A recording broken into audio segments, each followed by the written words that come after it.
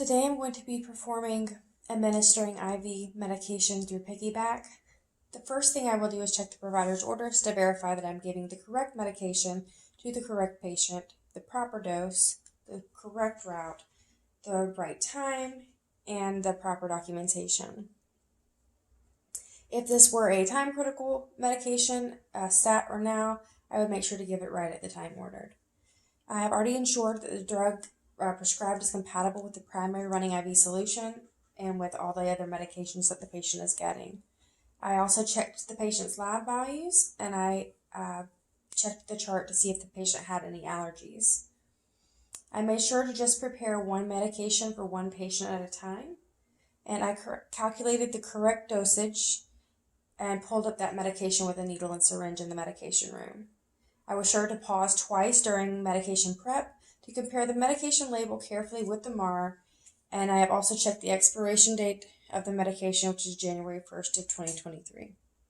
I will be giving 8 milligrams of morphine in a 50 milliliter piggyback to be infused over 5 hours. The rate for the infusion, 50 milliliters over 5 hours, will be 10 milliliters per hour. I added the medication to the 50 milliliter piggyback, maintaining aseptic technique. I also labeled my piggyback.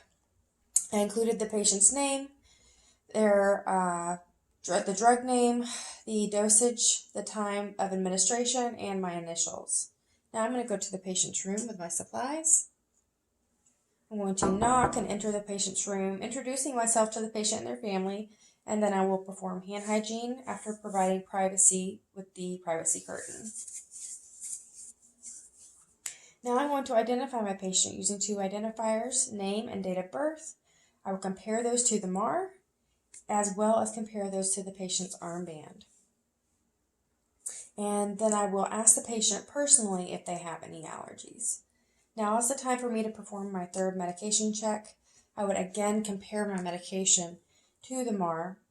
And then with my patient, I'm going to discuss the purpose of the medication, why they're receiving it, its action, and any side effects or adverse effects that they might have. I'm going to be giving this through the existing IV line that has already been placed, and I have encouraged the patient to let me know if they have any pain or discomfort at their IV site, and I asked them if they had any questions before I'm going to begin.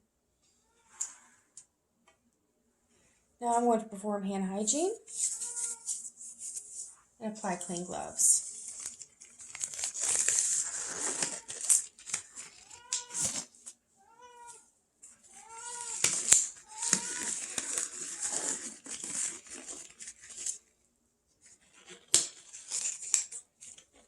Right, I'm going to assess and palpate my IV site for signs of phlebitis or infiltration. And now I'm going to hang my medication. And first I will get my tubing and spike the bag.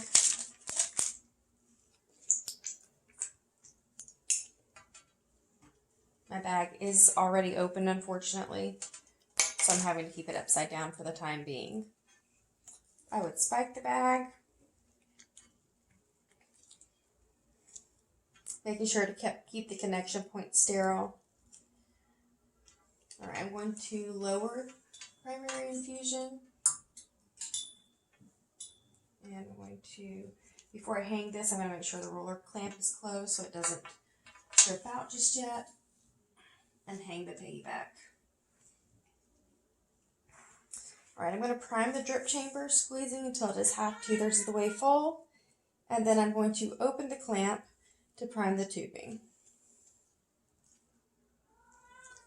Making sure that all the air bubbles have been displaced. And then I'm going to uncap and let this drip into a trash receptacle. Then recap to maintain sterility of the connection.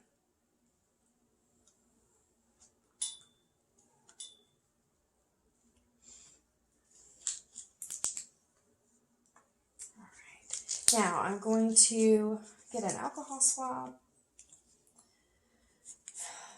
and I'm going to cleanse the port of the Y site that's closest to the patient. And then once I'm done cleaning it, I'm going to allow it to dry before I insert my secondary tubing.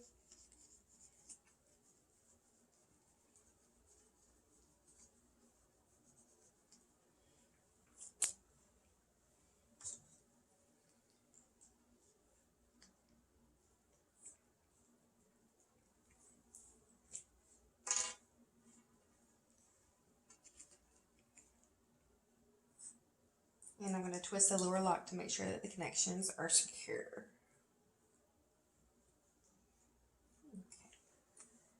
At this time, I would set the flow rate for the piggyback by setting the rate of the pump to 10 milliliters per hour for the piggyback.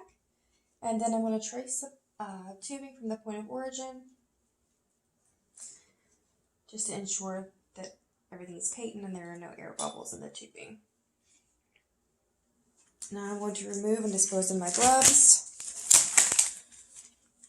and perform hand hygiene. I'm going to stay with the patient until the infusion is complete, and then I would, once the infusion is completed, I will perform hand hygiene again and apply clean gloves once again.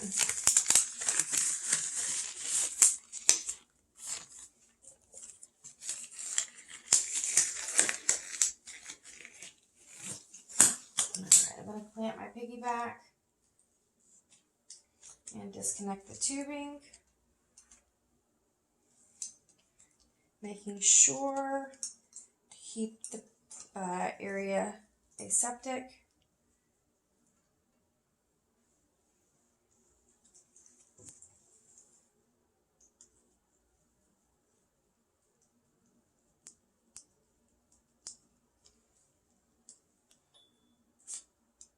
Okay, now I'm going to assess my patient for any signs of medication reaction or any IV filtration around the IV site.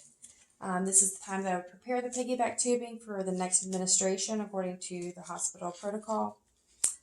Before I leave, I'm going to reestablish the flow rate of the primary infusion that was ordered by the provider. Now I'm going to dispose of my supplies. Make sure to leave the room tidy. I will continue to monitor and assess the IV site for swelling and pain, any tenderness, erythema, edema, allergic, or adverse reactions to the medication. Now I'm going to help my patient into a comfortable position. Place any of their personal items or toiletries within reach. I'm going to give them the call light and make sure that they know to use it to call me if they need any help or if anything is wrong.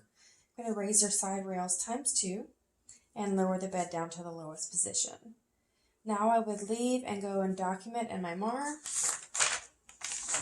the time, the drug, the dose, the route of medication, the volume of fluid, which was 50 milliliters, and then I would also include my assessment findings of the IV site, as well as the patient's response to the medication given, and I would include any expected or unexpected outcomes.